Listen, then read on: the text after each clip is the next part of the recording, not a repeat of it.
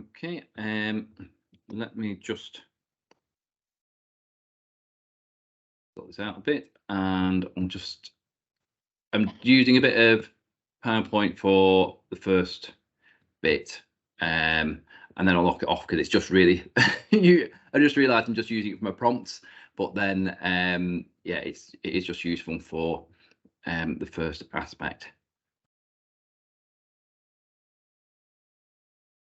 So just let me know if you can see my screen. All good. Okay, it's great. So yeah, so thanks everyone for coming today. Just going to find unicorns, building your power platform team. This is relating to one of my kids when they came to my care last year, 2021.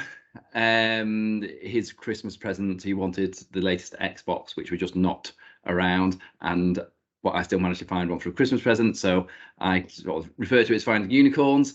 And then when I was involved heavily in recruitment over the last year, much more so than I had previously, that's what I'm like related to. Finding unicorns, building a power platform team. So I'm Jamie Hurst. I am a power platform dynamic specialist. I've worked in the field for almost a decade. I come from an end user background. By that I mean I was the person sat in the contact center having to use the system and sort of finding, becoming like a citizen developer before citizen developers were even a thing. And it was sort of that point where the IT team decided it would be better if I worked with them rather than keep on exposing the bugs and suggesting things could be done better. I'm just so you're aware, I'm a gay man. I'm neurodiverse. I'm on the autistic spectrum. I have long-standing mental health conditions. I'm also a single foster carer. I'm going to have 2 boys with me, with another 2 arriving tonight. I just put out there just because, for me, there's a lot about equality and diversity about being visible, and sometimes some of the characteristics aren't always there. So just a bit about background recruitment. My last contract was with a public sector client. I took it on and I thought, great, this sounds like a really low headache factor, because I got told I had a team of people, and first time I've ever had a team. Normally I'm going in solo or there's one other person. I turned up and basically told the team had just all quit. They didn't want to work with the new with the technology, and so a big part of my work there was recruiting the new team. Now, it was public sector, so I had to handle the fact that it's public sector pay scales, the fact that processes can seem very rigid, and I worked a lot on refining processes, and a lot of it wasn't whole scale changes, it was small changes throughout the process that I'm going to sort of go through today. At the end of my year, from 0 staff, I had a team of 10 power platform specialists working for me, various skill levels, various skill sets, complementary skill sets. And when I talk to any recruiter, they were like, how do you do that in a year to build that team up? But prior to this, I've always been sort of identifying people when I've gone to clients, the people that may be ignored by IT, because, to be honest, there can be a bit of snobbery, and I think it goes both ways, to be honest. The one client I was working with, I picked up their admin person doing a lot of work. The IT department had a big issue with that person going on a training course for Power Platform, and then a month later they were asking the same person to do code reviews of something an outsourced partner had done. So they couldn't quite work out where this at.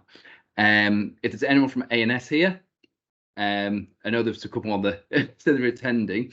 You can Matt Eden is thanks to me. He's one that I sort of coached and got him on his steps.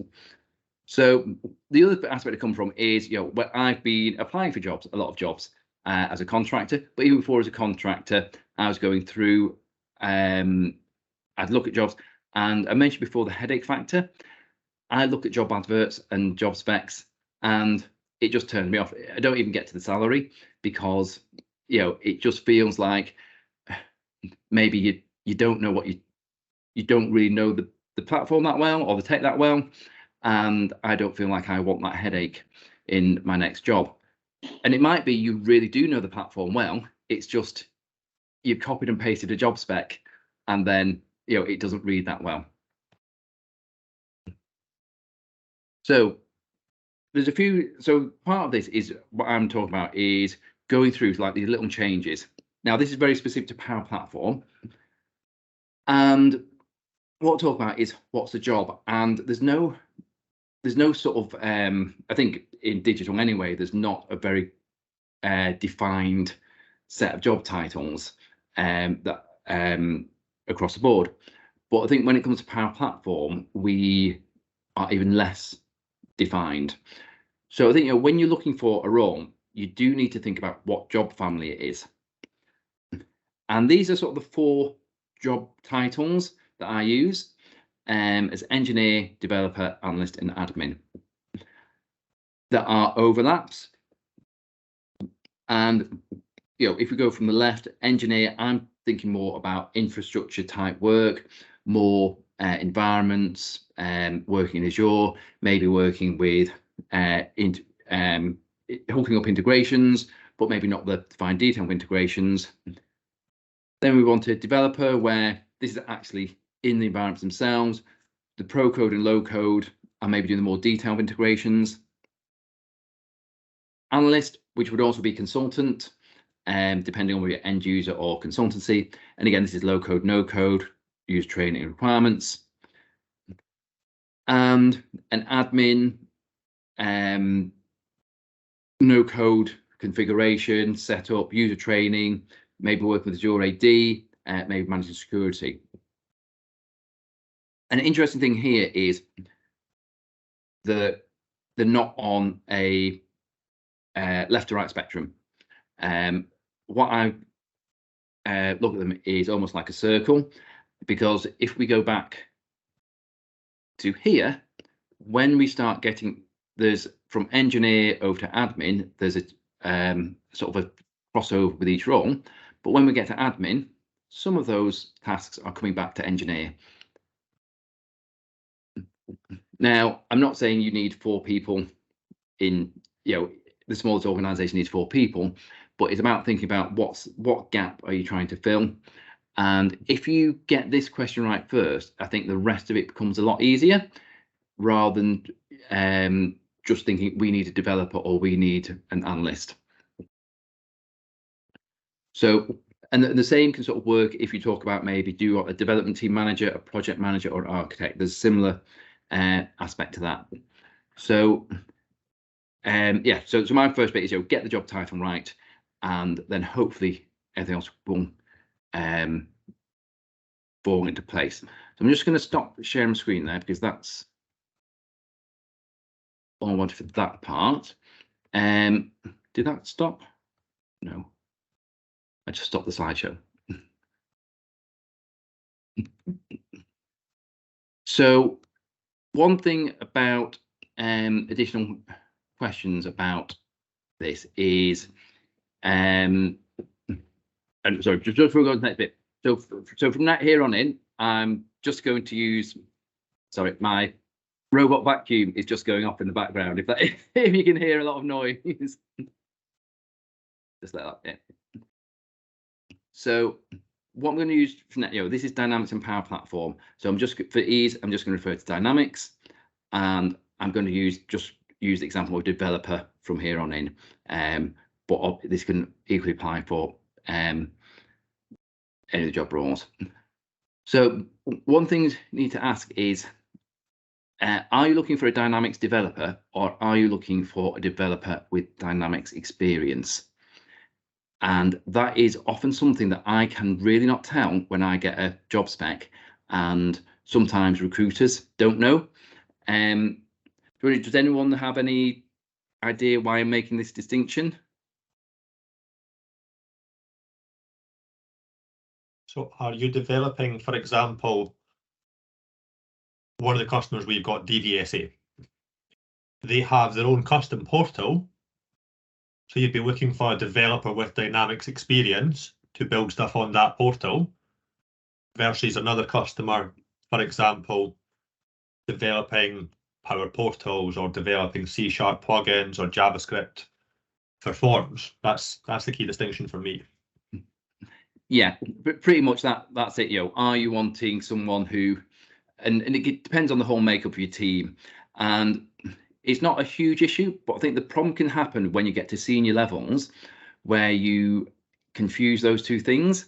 And so you maybe recruited a very talented full stack developer who's maybe only had 6 months experience. Sorry, I'll get away from that, but has limited experience with actually developing on Power Platform and Dynamics. And then you bring them in as almost an SME on Dynamics and suddenly realize they're not what you expected.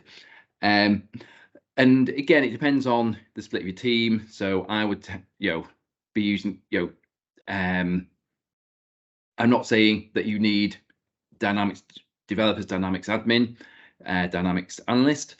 What I would suggest though is that you need one person in your team that is primary role is Dynamics or Power Platform, but they also need the authority as well. Again, I've been on maybe with clients, and it's almost been a bit like development by democracy. So, but because there's only 2 Dynamics developers and there's 5 full stack developers, it's like, oh, we think we should develop a plugin, and it's like, well, actually, we can do this by just adding an extra lookup field.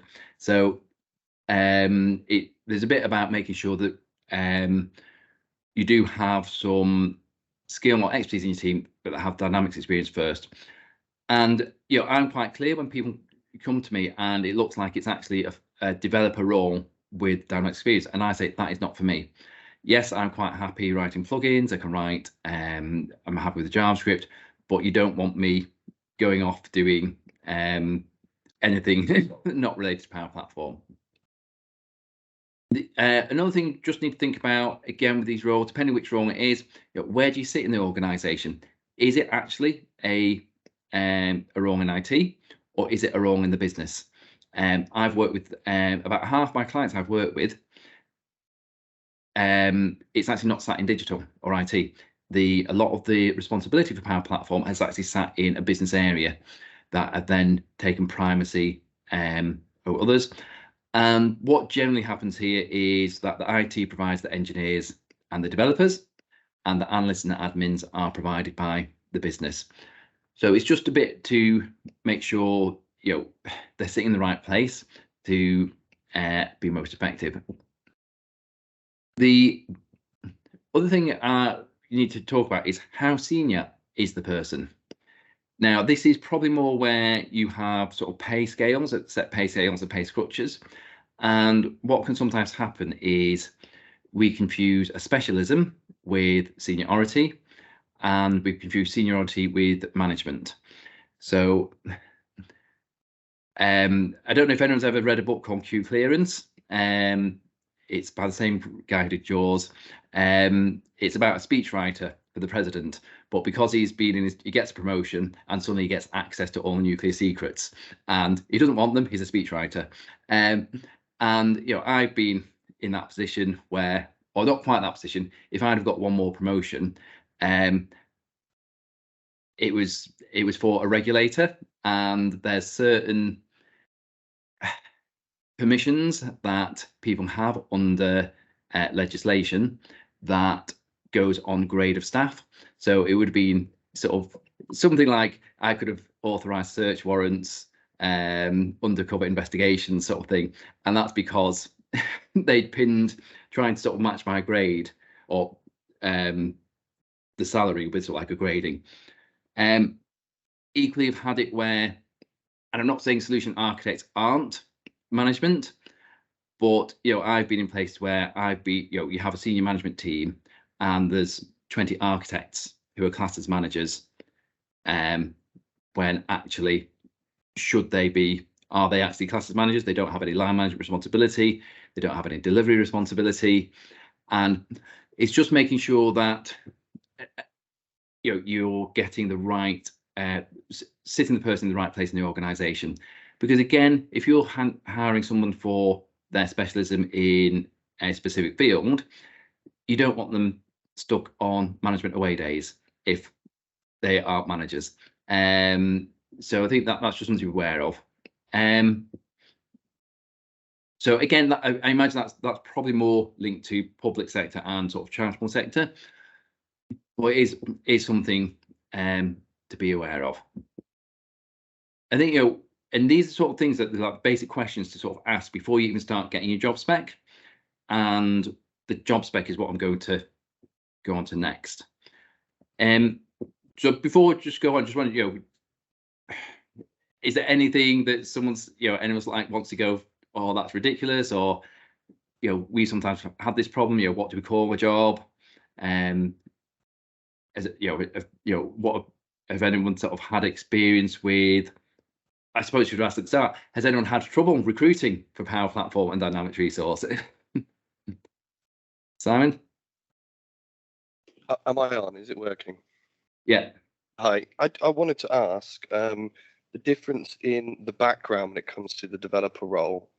I know you're using Dynamics as your example, but Dynamics versus Power Platform, or what I consider Dataverse versus SharePoint.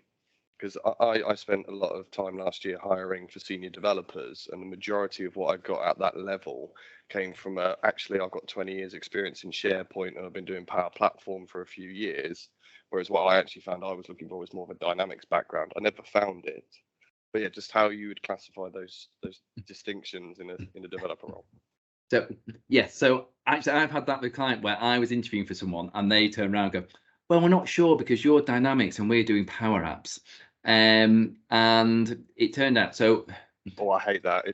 That's the bane of my career. What's Power Apps? I'm looking for Dynamics.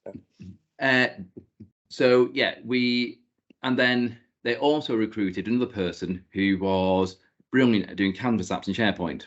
Now the fact is they were creating model-driven apps on Dataverse, and so it was right up my street. But they had to think about me, but didn't think twice about offering this other person who had never seen Dataverse, had done Power App, had been doing Canvas apps with SharePoint. And I think that actually comes in like I'm sort of covering like the job spec things about later about pulling things out in a bit more detail there. But yeah, I've had that issue before. I'd say I'm not particularly good at Canvas apps. I'm not saying that you can't be good at both. What I think the thing is, to get someone who's good at both, you might be paying over the odds. So yeah, so that's just something to be aware of. I completely agree with you. I'm a model-driven Dynamics background, but I needed somebody that could do both, and that's where I find the problem. That if they come from SharePoint, then their Canvas apps very, very well, but have never used Dataverse, wouldn't even know why to use a model-driven app. Yeah. Thanks, Jamie. Yeah. Cool. Stuart? So the challenge we've had recently has been around, within our organisation, we have the title Power Apps Developer. Mm-hmm. That encompasses people who develop Power Apps. So in a certification sense, people who have PL 100 and 200 kind of thing. Mm-hmm. So your low-code developers versus code-first developers. Mm-hmm. A lot of the challenges we've had recently is we're looking for a code-first developer and we get a low-code developer or vice versa. How do you clearly differentiate them when looking for candidates before it gets to the interview stage or even the initial chat stage where you're like, sorry, I've wasted your time, it's the other one I'm looking for? So again, this comes on to doing the job specs that I'm going on to next. Because I think some of the problems is we tend to have one job spec and we reuse it or tweak it slightly. And I think it's that where you can really define one thing. And one comment I was going to make later is the problem we sometimes have with our job specs is we define the skill set of the team, not of the person. And actually, if we split them out, then hopefully we can sort of get, for this position, we are particularly looking for X. And again, it may come back to are we looking for job title of developer with Dynamics experience versus Dynamics developer. And something that I did in my last place was we had almost the generic job family job spec. So to keep HR happy, we still kept that the same, but then we sort of had a individualized role specific job spec that we layered on top that we sort of interviewed against, with the expectation that when they come on board, they would expand their skill set. Okay. Yeah, makes sense. So one thing we need to do is, you do need to review the job spec. Now, can I ask what people's views are on how many years experience do you need to be a senior Dynamics developer?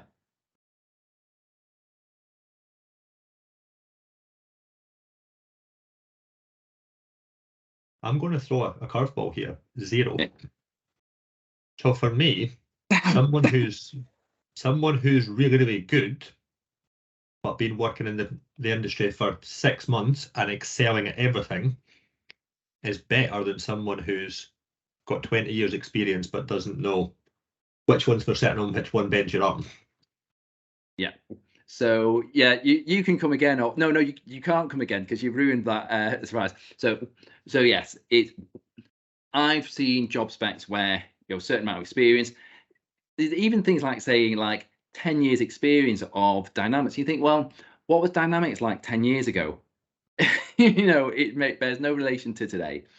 And also, I think you can get sometimes, particularly in large consultancies, where people specialize so much, they've done the same project for 5 years, or not the same client, but they've done 10 projects, but it's been effectively the same project for 5 years, repeated. Again, if you've got someone who's worked for an end user, they might only have 1 to 2 years experience, but they've maybe been doing absolutely everything. They've been keeping the lights on, doing new projects. So yeah, if you are specifying a number of years, try and do it as a guide. So we sort of go like, we'd expect you to have around X number of years, but it is on what that experience is. Next one. What level of education do people need to be a senior developer? None. Yeah, I'm on the same page. None. College I dropouts. failed at GCSE IT, and my last job title was head of software development, so I don't believe that there's an education requirement. Yeah, and I see that so often. I don't have a degree. I've actually turned around and said, look, I don't have a degree, but your specification is that's an essential requirement. And they've actually said, oh, we'll make an exception for you. It's like, well, don't make an exception for me. And this comes back to, we're talking about equality and diversity statement at the start about my characteristics. There is a real big equality and diversity issue regarding degree education. A friend of mine works at Salford University, and she's doing a lot of research into, even the grades of degrees people get when you account for anything else. There's a disparity there as well.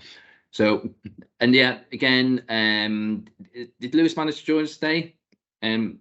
I was just thinking about Lewis. He's not here yet. He's in a meeting at 3:30, so he may well join us soon. But very, very relevant to the topic. So yeah, I wouldn't kick Lewis out of a job. I wouldn't throw Lewis's application out because he's not got his got a degree. And again, I would also, when we talk about certifications, when I look at certifications, I find they're more useful for the peripheral skills rather than the core skills, because if you're, particularly when you get to the medium and senior level, that you are hoping they have a lot more experience than what so if you look at maybe like the customer the sales functional consultant certification, if you would hope they'd have a lot more in-depth knowledge than that certification. But you may be interested to know, they've done a bit of Azure, so they can help with user setup or a bit of security, or they've got certifications in Scrum. So I find certifications more useful on the peripheral skills. Hi, Nate, is that how you pronounce your name? Yeah, that's all good. I fully agree with the certifications as well, but I think in line with one of the stewards posted earlier this week that went absolutely viral, it's also showing now that certifications, a lot of people are going for exam dumps and just studying past papers to pass them. So that ratio in terms of whether certifications get you is also going down, very similar to degrees and postgrads. Yeah, I think, was that the one where someone was talking about someone was wanting to question dump or something? 2 developers contacted me in 48 hours, and 2 junior developers, sorry, who had never met before, randomly reached out to me on LinkedIn and said, I see you're a solution architect, can you give me exam dumps? And I was like, no, I will not. Just as a reminder though, like, this could get you in a lot of trouble and lose all your certifications, and more importantly, lose mine. Don't do that. And they were like, oh, I won't tell anyone. Yeah. No.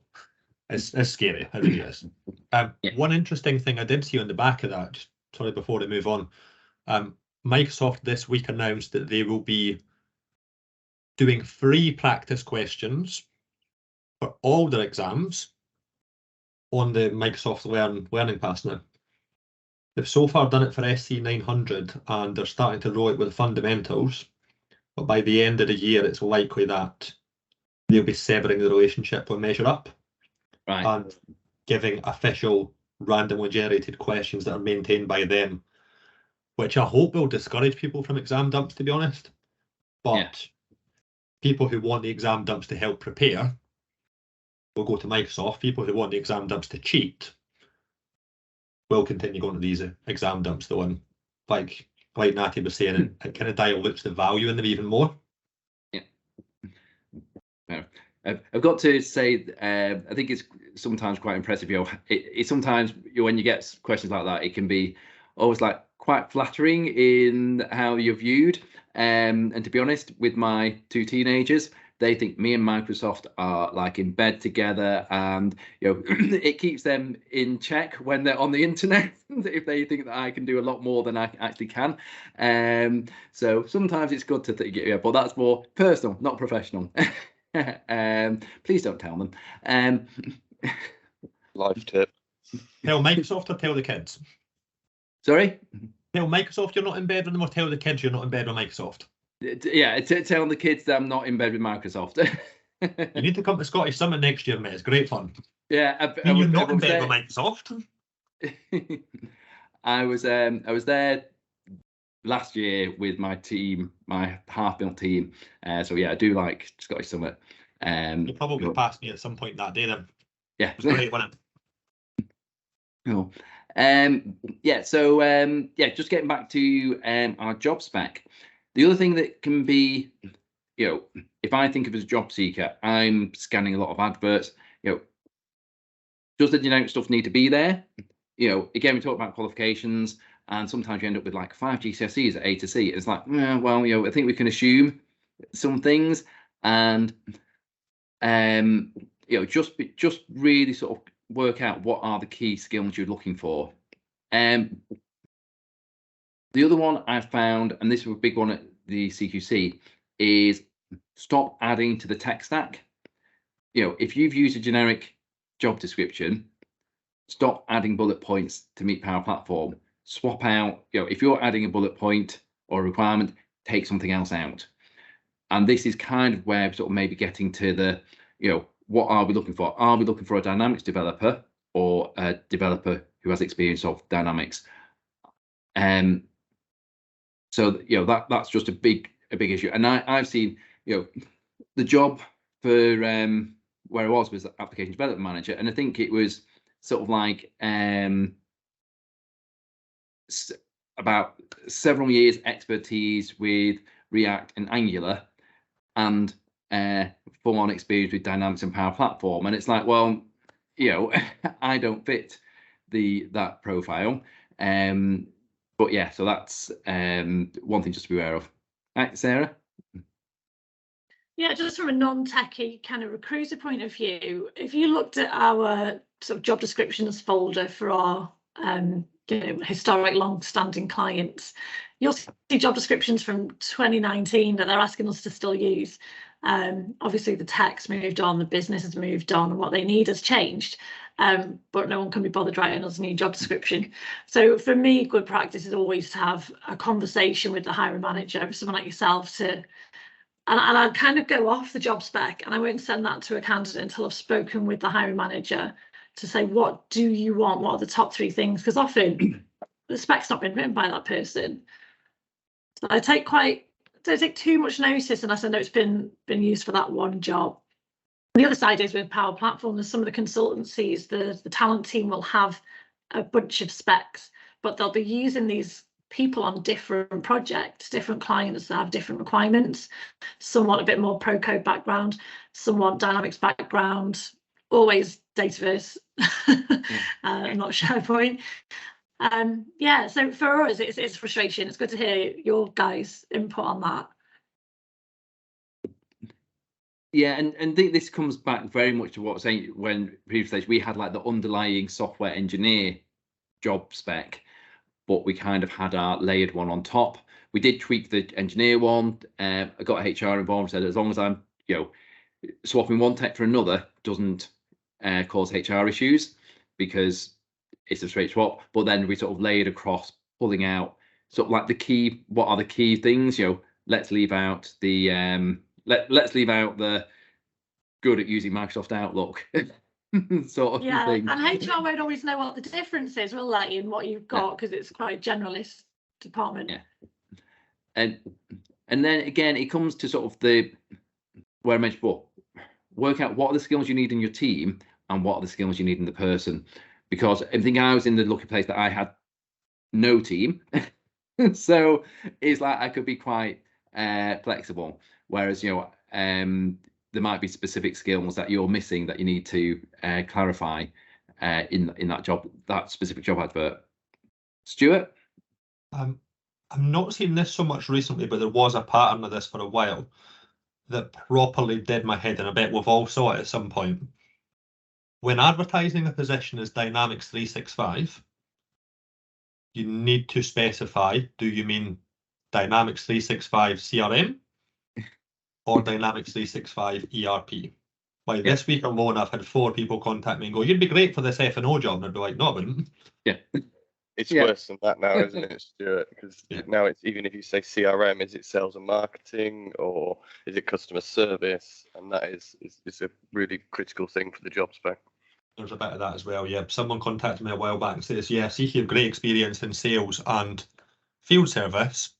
We've got this brilliant position in marketing. I'm like, yeah, that's like saying you can drive a helicopter. Can you come and drive this aeroplane, please? Yeah. Like, no. No. But it's all about clarity for people, I think. I think that's what we're kind of going back to. There's so many grey areas in our industry. And it's just being clear on, like you say, Jamie, what you want and what you need. Yeah. And funny enough, I use the vehicle example as well. It's really, I talk about, do you want a HGV or a van and the different skill sets. And the other thing, again, it comes down to skills of the team. The other thing is to use in a job spec, use the word or, and what I've done is used it as, I said I was in sort of like the luxury that I had no staff. So I sort of had almost a functional spec and a technical spec. Wasn't huge, but it's like about 3 bullet points for each. And so say, if you're from a functional background, we're looking at, you've used no-code approaches, you're familiar with sort of the customer service module, and then with the technical background, we're talking about, a bit more experience with like C# and maybe sort of integrations. And so do use the or word. Also do a sort of an X from Y. So we're looking for 3 out of 5 of these areas. So it might be, particularly for an end user, it might be a case of we want experience in customers, 2 out of customer service, field service, marketing, sales. And with that, it also allows you to maybe sort of have your job family where you're going junior, mid, senior, and that might be, you have experience of one area at junior and build it up. So don't be afraid to, have an either or pick from certain areas. And I think particularly when you are getting to some places, it's particularly on the more technical side, is exposure to the individual modules aren't as relevant on the technical side, because if you're more in the coding sphere, is that you're integrating directly with Dataverse rather than the sort of like the functionality on the surface. So again, it's just, as I said, just be clear about what you're looking for. Then the other thing I was, and this is getting really generic advertised stuff, is how do you look? If I'm looking at a job app, if the first thing I read is we're undergoing a digital transformation, I'm like, woohoo! Everyone's doing a digital transformation nowadays. That's not selling it to me. Avoid the waffle. And again, it's this thing that we actually do it when we develop our customer service modules. We actually do this. We build in deflections to make sure that we only get the genuine queries coming through to our contact center agents to deal with, and we use our software to do it. And we do that a lot in recruitment because, to be blunt, the job center makes people apply for jobs. And, what happens, particularly in big companies, is that they get a lot of applications where they want people to show they've actually put some effort into it. Or equally, they'll have people like they're trying to sell the job, they're trying to sell the company, when actually, put that after. If you're trying to sell the company, I need to be interested in the job first, because I don't want to read about an amazing company but then find out that it's F&O, not customer engagement. The other thing, clear rewards. Market rate does not pay the mortgage. And one of those things is, are you in the right ballpark? For me, I may be a bit unusual. I always look at the total reward package. So I take in things like flexible working, remote working, the amount of annual leave, pension contribution. So it's not just a hard number, but you need a number there to start with. The other thing is, when you're offering a range, be clear what the difference is. I've seen jobs advertised with, like, you might say 40 to 80k. That's double, but there's no differentiation between what's how do I get the 80k versus the 40k. Sarah? Yeah, you could suggest that would be two different jobs. If you're advertising a 40k mid-ish level role, and 80k is going to be a senior with a different skill set or a different amount of background experience. Yeah, potentially, or it might not be the role. It might be it's your development model. So again, where I talked about that, 2 from 5 skills. Your development model might be that you don't reapply for your job, you don't get promotion, but as you upskill, you sort of float up. But it's that sort of, there's often a lack of clarity, people, and also, if you're not going to get it, don't advertise it. I know that's really awkward. And that was one of my problems with the CQC. I need to be really clear that when we said it was a range, I think a lot of people used to public sector not paying at the top of the range. But I had to be clear, with people that we were willing to pay that and put exceptions in. So I think, that's a big one that sort of gets, I think it annoys a lot of people. The other thing is, this might just be me, but when you say 28 days annual leave, that's really unclear. Do you mean 28 days annual leave plus bank holidays, or do you mean inclusive? Because it's that sort of, be really clear, because if you're offering the legal minimum, that's not really something to advertise. So just be aware of things like that, and make sure that you're clear. And the other thing is, I really don't. Maybe it's just me, but I don't care about Free Fruit Friday. Give me something meaningful. And cycle to work schemes that are completely useless now that no one goes to work anymore. Yeah, or Benefits cycle to work because include you're bank on client site. Relevant benefits. Yeah, I think it's the key bit, bank yeah. holiday. Like, people offer all sorts of silly stuff. Like, granted, there's some cool stuff where I am that they don't advertise, but it's quite cool. But some of the things I've seen on job specs, you're like, yeah, 20 days annual leave. I'm like, yeah, that's not only not a benefit, it's also below the legal requirement. That's not a benefit. And the other one was days off on public holidays and bank holidays. I was like, yeah, public holidays you'll be closed, won't you? Yeah. And again, nothing on it to say, does that come out of your holiday? Is that included within your holiday? Some of them are just a mess. Like, recently the company I work for has gone through a big overhaul of what we are doing. And they did that with a load of candidates that have applied before that were either successful or unsuccessful, but also with the people who are here as well. We've got all these benefits that half of them don't get used, and sometimes putting that bit of effort in and saying, let's ask the people who work here why we're great, instead of guessing why people would like to work here. And that's made all the difference. Like, the candidates we've been getting recently are amazing. We do have a really good recruiter as well, though, Sarah. With your company as well, who I work with, I don't just have to send over the benefits, the kind of links to Glassdoor reviews, the feedback. It's quite an easy sell culturally, and I think that's something that you've got someone like me kind of representing you. I can sell that so easily because it's great and it's all genuinely true. But the benefits, it's interesting. There's some companies that are just putting benefits now, or like at the top of the job description, because people are just looking at that. But I have to say, a lot of companies have generic benefits, and in this tech space in particular, people want to know about training opportunities, time to learn, certificates they can achieve, progression. I think those sorts of things are the biggest questions I get asked over.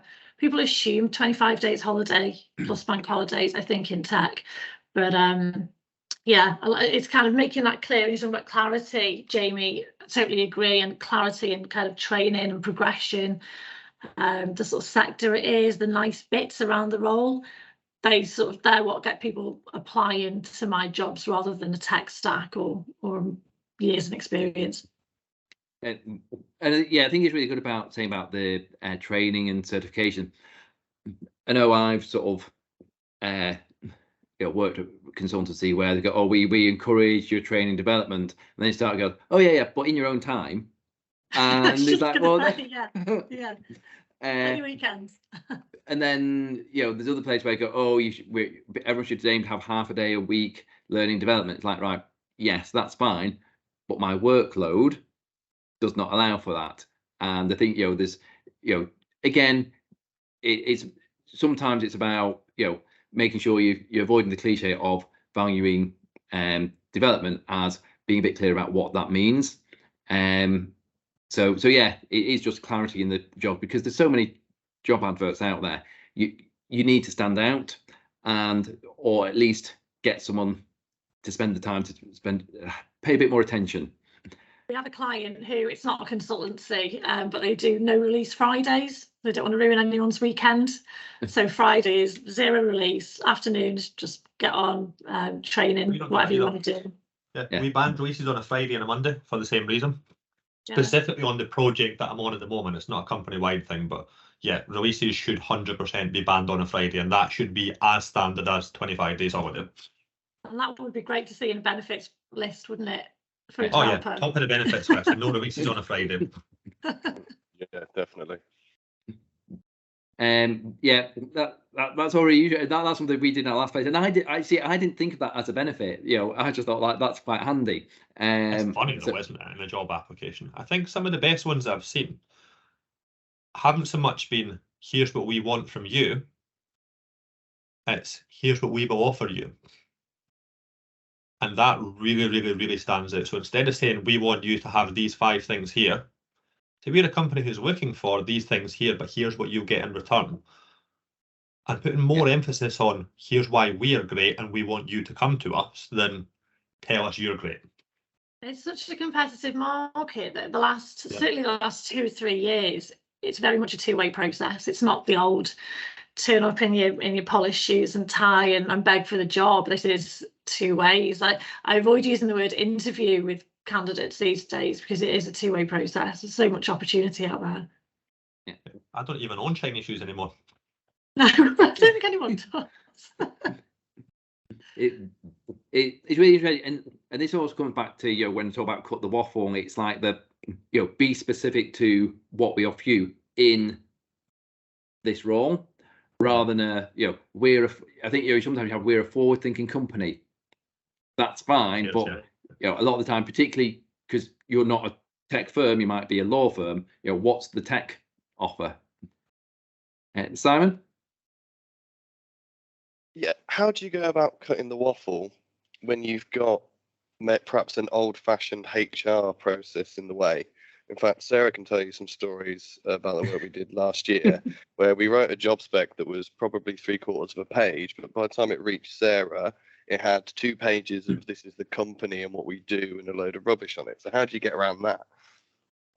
So what you do, you get a recruitment website set up, and you put the waffle on the recruitment website. Then you have your job advert, and it's a job advert that you circulate through the job boards and the LinkedIn. So you occasionally post a link to the landing page, which has the waffle, but you put the waffle on the landing page. And so the directors are happy. They've got their picture on a recruitment page. They've ticked their box, but then you can link directly to the individual spec. We had real problems with that because they then, with ours, they then did insist on putting absolutely everything copied and pasted at the end. But at least we were able to sort of get the put down, and in the middle sort of go, if you're put a statement like, if you're interested, apply now, further information below. But yeah, it's difficult. But yeah, try and split it out from the individual job ad, and then maybe you can manage it that way. Circumvent HR, got it. Well, they keep them on board, but I find it's normally the directors that want to sort of drive, because I did actually I said, can we cut that waffle out? And it was HR said, no, that's the IT director's waffle. Yeah, it's always the C-suite, isn't it? So that's one thing to do. And then it comes into like the application process. And one thing I got told is we couldn't accept CV attachments, but what we could do was change it so it was a very big free text box that you could paste your CV into. And again, it's about making it easy. If you accept CVs, and we know we're hopefully techies. So the fact is, I ended up going from 0 applications to, I think I had like 60 applicants. Most of them were rubbish. But you know what? I just used Control and F when I went through. Does Power Platform appear anywhere in this application? No. Or does Dynamics? If it didn't appear, rejected straight away. I'd rather have too much and easily sift through rather than just turn people away because they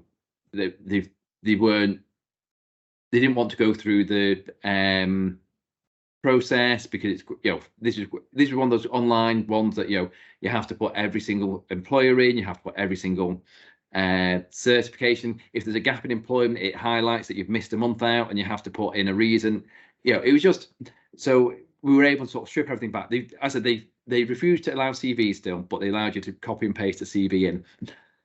So that was again sort of thinking outside the box, and I think we ended up with a huge amount of applications that we just could then really quickly sift through. When what it comes, thoughts on sorry, just something sprung to mind, because there was a .NET candidate actually that approached me on LinkedIn, hadn't done his CV yet. It was going to get put out there on the job boards. Every agency was going to be going after him, and obviously we didn't want that. So we didn't even get a CV. We got him the job without a CV. We kind of phoned up the hiring manager. We've got someone who's got this. Take up, they trust, our clients trust us, as some of you know. Yeah, got the job before he'd done his CV.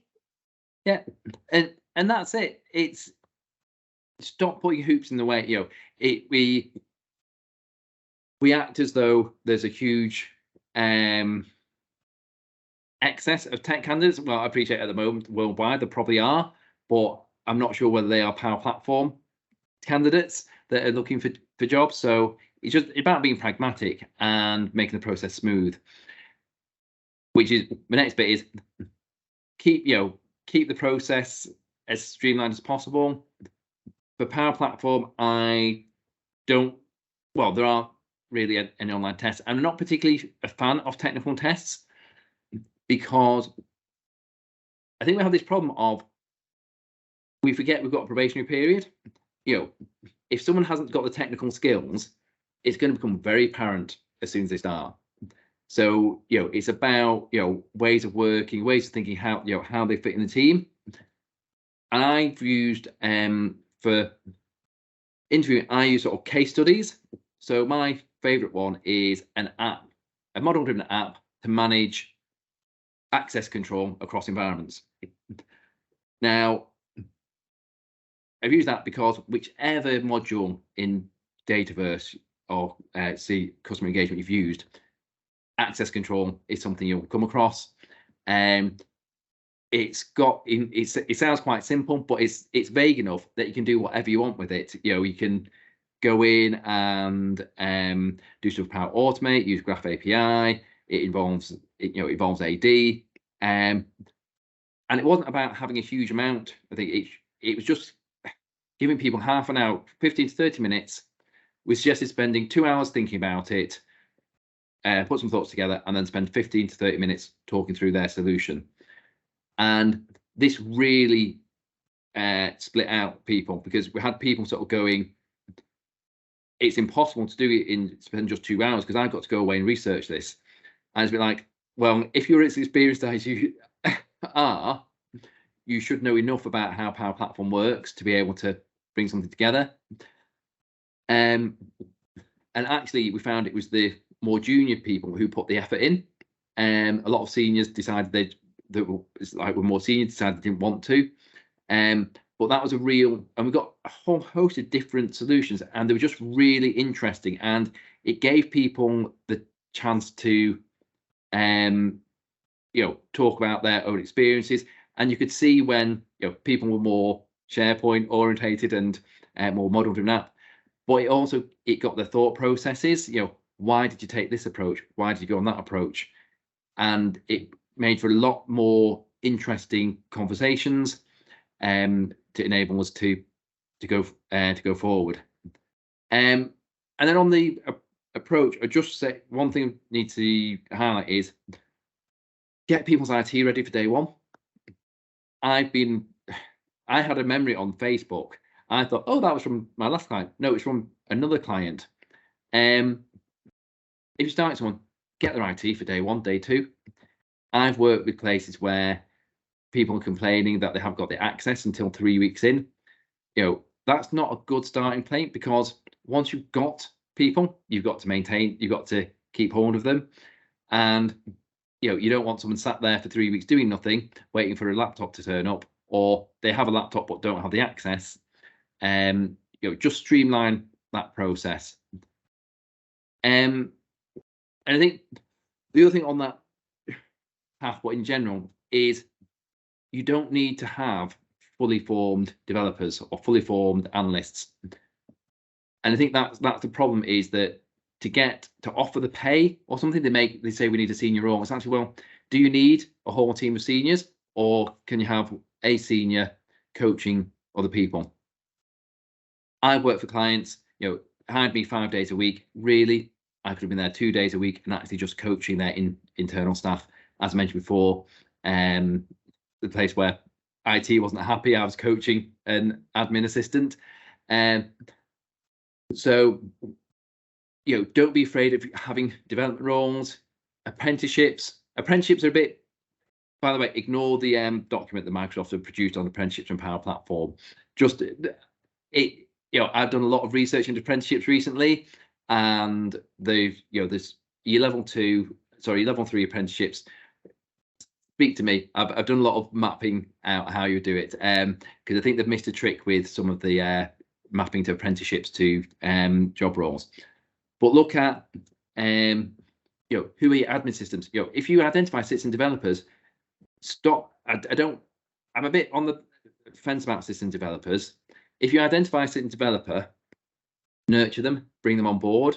And this is kind of like why I'm not so keen on the term, because it feels like IT has put the drawbridge up again, and they're over there, and we're going to keep them over there, rather than actually saying, actually, this is our next talent. This is our talent stream shouldn't be IT graduates. It should be who's the person in our contact center who's the unofficial IT help. That's our pipeline. And again, apprenticeships, degree schemes. I know there's stuff like North Coders and Future Proof. I've worked with both of them. They're sort of really good schemes to build your own pipeline talent. And you all know this anyway, but well, you don't know the specific circumstances. But I've had people with graduate schemes. Within 3 months, they're building apps. They're overhauling HR system. They're talking to people in their cohort that are in companies that are not doing Power Platform, and they're doing projects of like dummy, nothing that's going to be used in prod. So yeah, don't be afraid to grow your own. And when you're interviewing people, don't be afraid to say, look, you're not a senior. Look, can we employ you at a more junior level, and we'll coach you. The last thing I just wanted to bring up is don't fear turnover. Because if you've been a good employer and you've brought someone on maybe you've got someone from your contact center, you've brought them up, you spent time training them, and in 2 years' time, 3 years' time, they go on to another employer. The fact is, they are going to turn back and go, that place was a really good, that gave me the stepping stones into this career. They're going to reflect back on you. So don't fear turnover. And the other thing, dinosaurs, show them the door, because that is going to get people frustrated. Generally, I'm going to be blunt. Whenever I've had it, it's been people under the banner of DevOps who have, I use the term, been on a course. They've, and they just consume resources. They consume time. They become a blocker. They don't actually want to embrace the new world of working. They're all happy to talk agile and DevOps, but actually what they're doing is they want to stay in their old comfort zone, slap all the new job titles on to make it look like they're modernized, but then some people just really struggle with the concept of Power Platform and low code. And yeah, you sometimes need to push them out slightly, or make sure you have clear boundaries of responsibilities. And part of that comes from Power Platform is not, sometimes it behaves like fully bespoke software. Sometimes it behaves like off-the-shelf software, but it's sort of in the middle somewhere. And what happens is when you try to force it into one side or the other, and your processes and policies, it kind of falls over. So yeah, so that's my sort of thing is, don't fear turnover, because it's that thing about if once you've got a team, you need to keep that team. You need to make sure they're happy. And we're not talking about just giving them anything they want, but do they have what's causing them the headaches? As I said at the start, headache factors are one of the big things that I sort of look at when I'm taking on a role. So I think that's about everything where we are. I really do have to go because I don't know to mention, I have 2 boys that are literally a minute away. Just like to say, if anyone is looking for a contractor who during school hours, let me know, because that would be greatly appreciated, because I will have, as of tonight, I will have 4 kids. So thanks very much. And that is the doorbell. Thank you, Jamie. So, that thank was you, brilliant. Jamie. Thanks Best so of luck. much. thanks very Thanks much. everyone who Take care. came as Bye-bye. well. Bye. Thank you. Thanks. Bye. Bye.